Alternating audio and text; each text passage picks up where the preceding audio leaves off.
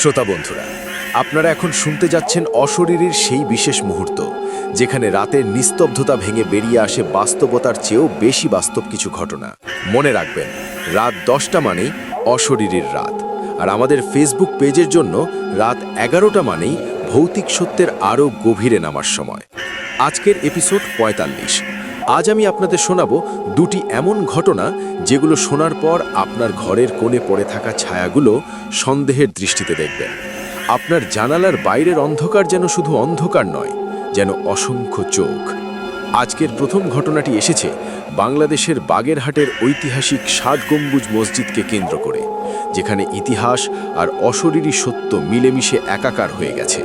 আর দ্বিতীয় ঘটনাটি এসেছে রাঙামাটির পাহাড়ি রাস্তায় এক সিএনজি চালকের সাথে ঘটে যাওয়া এক ভয়ঙ্কর অভিজ্ঞতা, যা শুনলে আপনার রক্ত হিম হয়ে যাবে। প্রতিটি ঘটনা এতটাই বিস্তারিত, এতটাই গভীরে যাবে যে আপনি শুনতে শুনতে নিজেই সেই জায়গায় উপস্থিত হয়ে যাবেন। তাহলে সময় নষ্ট না করে শুরু করা যাক।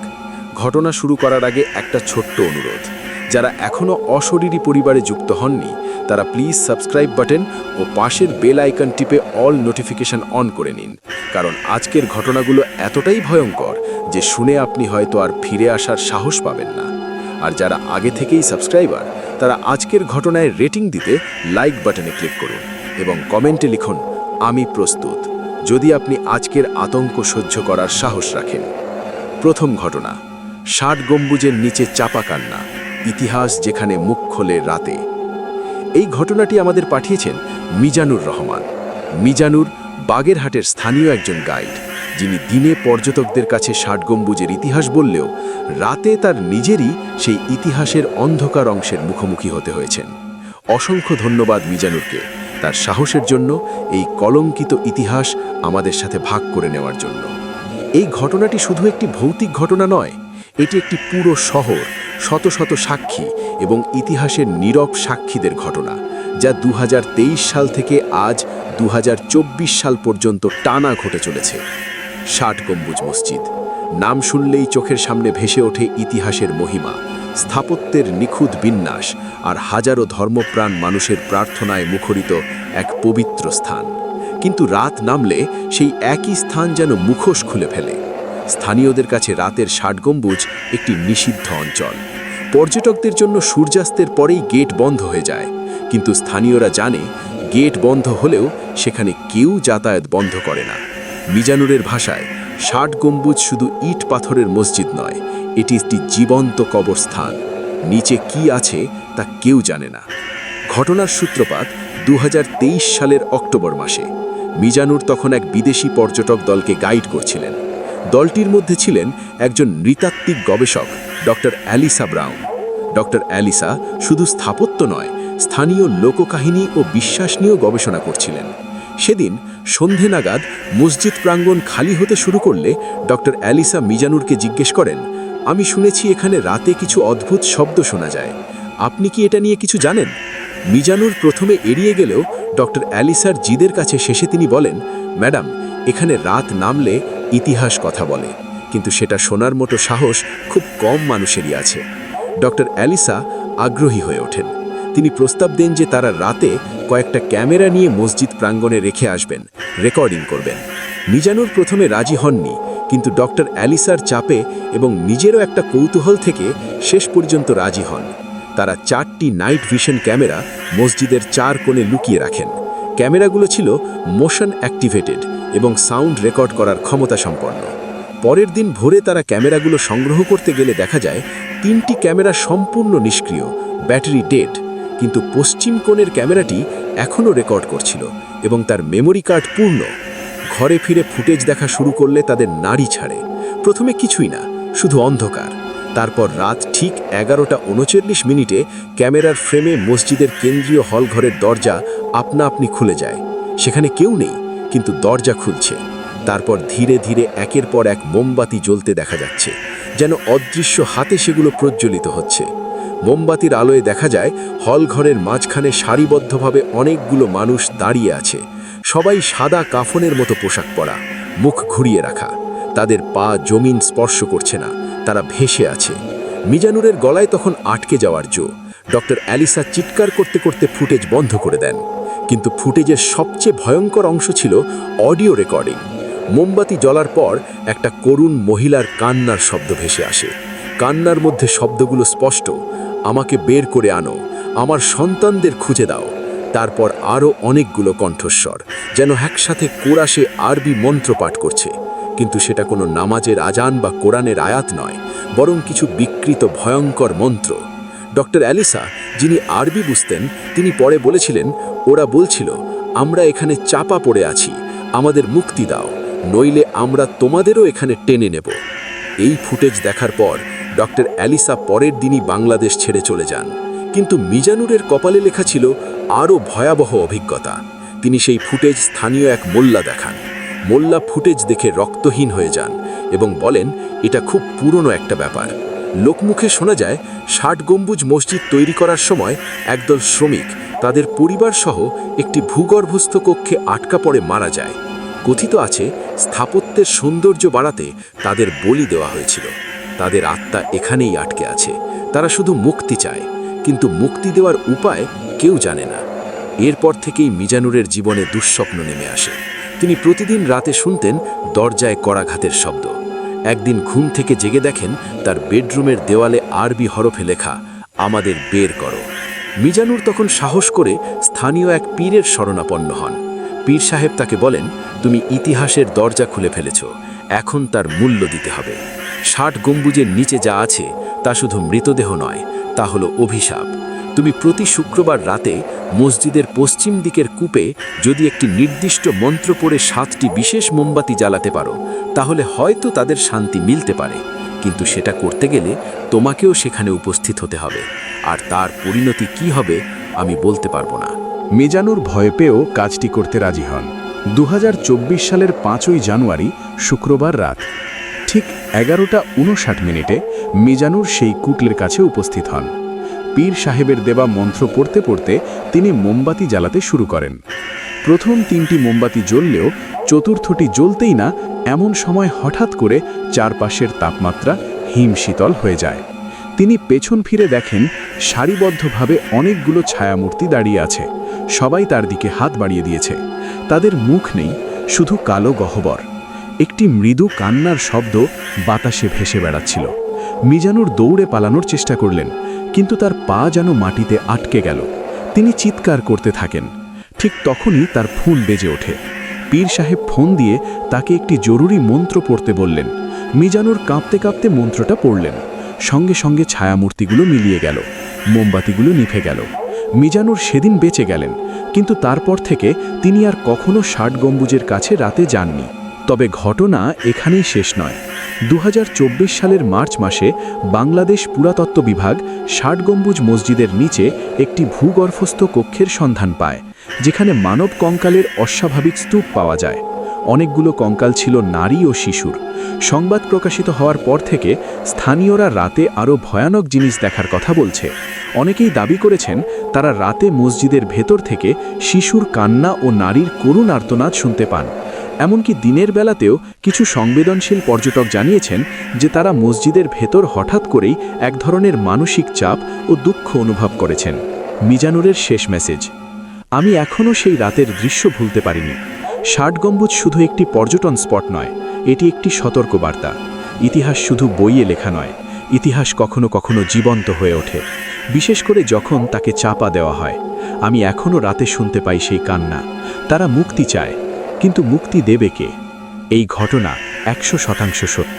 এই ছিল আজকের প্রথম ঘটনা। এই ঘটনায় আমরা দেখলাম ইতিহাসের পাতায় চাপা পড়া সত্য কতটা ভয়াবহ রূপ নিতে পারে।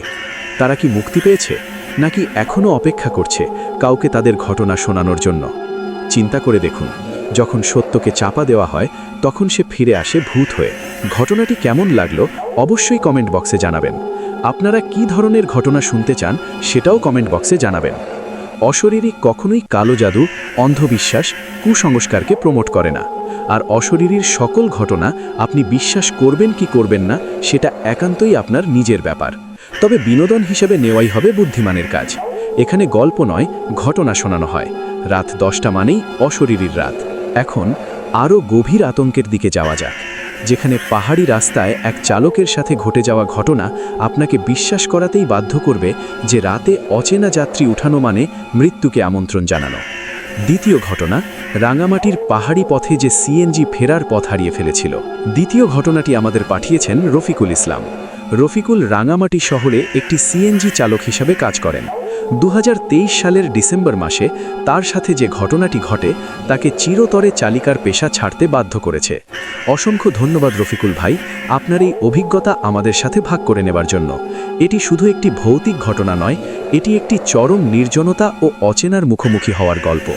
এবং আমি আপনাকে সতর্ক করে দিচ্ছি, এই ঘটনার বিস্তারিত এতটাই ভয়ঙ্কর যে অনেকের জন্য অসহনীয় হতে পারে। যদি আপনার মানসিক অবস্থা স্থির না থাকে, এক্ষুনি ভিডিওটি বন্ধ করে দিন, কারণ এখন আমরা যেখানে ঢুকতে যাচ্ছি সেখান থেকে ফিরে আসার পথ সবার জন্য উন্মুক্ত নয়। রাঙামাটির পাহাড়ি রাস্তাগুলো সৌন্দর্যে ভরা হলেও রাত নামলে তা রহস্যে ঢেকে যায়। স্থানীয়রা জানে, রাত 9টার পর পাহাড়ি সড়কে গাড়ি চালানো মানে নিজের ভাগ্যকে পরীক্ষা করা। বিশেষ করে কাপ্তাই লেকের পাশ দিয়ে যাওয়া নেককর ব্যাংছড়া সড়কটি, এটি খুবই সংকীর্ণ। এক পাশে খাড়া পাহাড়, অন্য পাশে গভীরে খাদ। দিনের সৌন্দর্য মন কেড়ে নেয়, কিন্তু রাতে এই পথটিই হয়ে ওঠে আতঙ্কের প্রতীক। রফিকুলের ভাষায়, সেদিন ছিল 21 ডিসেম্বর 2023, শীতের রাত। আমি রাঙামাটি শহর থেকে একজন যাত্রীকে কাপ্তাইয়ে নামিয়ে দিয়ে ফিরছিলাম। সময় তখন রাত 10:30। ফেরার পথে আমার সিএনজিতে পেট্রোল কম ছিল, আর নেককর ব্যাংছড়া রাস্তা দিয়ে ফিরলে অনেক দূরত্ব বাঁচে। তাই ভাবলাম এই পথ দিয়েই চলে যাই। রাস্তাটি তখন একদম ফাঁকা, শুধু আমার গাড়ির হেডলাইটের আলো আর পাহাড়ের গায়ে পড়া ছায়া। রাস্তার মাঝামাঝি যাওয়ার পর হঠাৎ রফিকুল দেখেন সামনে একজন মহিলা হিচহাইক করছে। মহিলাটি লম্বা, সাদা শাড়ি পরা, লম্বা চুল, যা তার মুখ পশ্চি ঢেকে রেখেছে। রফিকুল প্রথমে থামেননি, কারণ রাত এত বেশি, একটা মহিলা, এটা সন্দেহজনক। কিন্তু প্রায় 1 কিলোমিটার সামনে যাওয়ার পর তিনি আবারও একই মহিলাকে দেখতে পান, একই ভঙ্গিতে দাঁড়িয়ে। এবার তিনি ভাবলেন হয়তো আমার চোখের ভুল। তিনি গাড়ি থামালেন না। কিন্তু তৃতীয়বার যখন তিনি আবারও তাকে দেখলেন, তখন তার গায়ে কাঁটা দিয়ে উঠল। 3 কিলোমিটার দূরত্বে 3 বার একই মানুষ, এটি অসম্ভব। তবে দয়ার ওপর পেশা হওয়ায় তিনি শেষবার গাড়ি থামালেন। মহিলা পেছনের সিটে উঠে বসল। তার কোনো জিনিসপত্র ছিল না। তিনি শুধু একটি গন্তব্য বললেন, আগামী 3 কিলোমিটার সামনে যেখানে একটি বড় বট গাছ আছে সেখানে আমাকে নামিয়ে দেবেন। রফিকুলের ভাষায় তার কণ্ঠস্বর ছিল খুব মিষ্টি, কিন্তু একটু ফাঁপা, যেন দূর থেকে কথা বলছে। আমি পেছনে তাকালাম।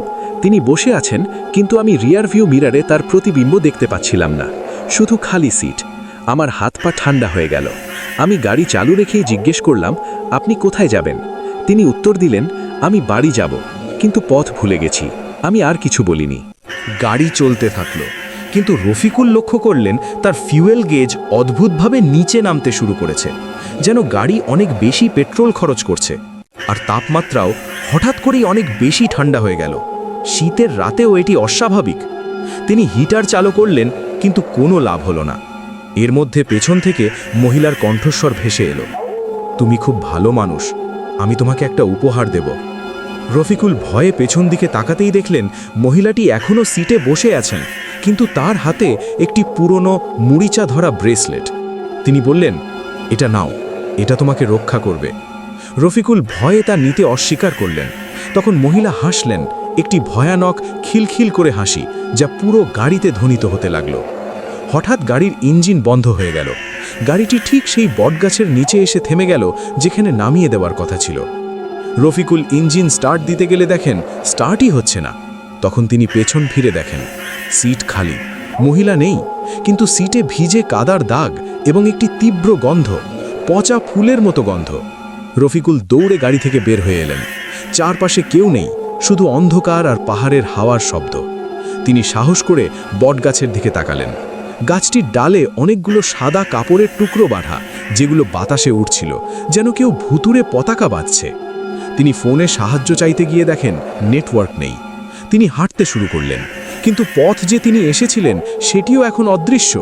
তার চারপাশ শুধু গাছ আর গাছ। তিনি হাঁটছেন, কিন্তু একই জায়গায় ঘুরে ফিরে আসছেন সেই বটগাছের কাছে।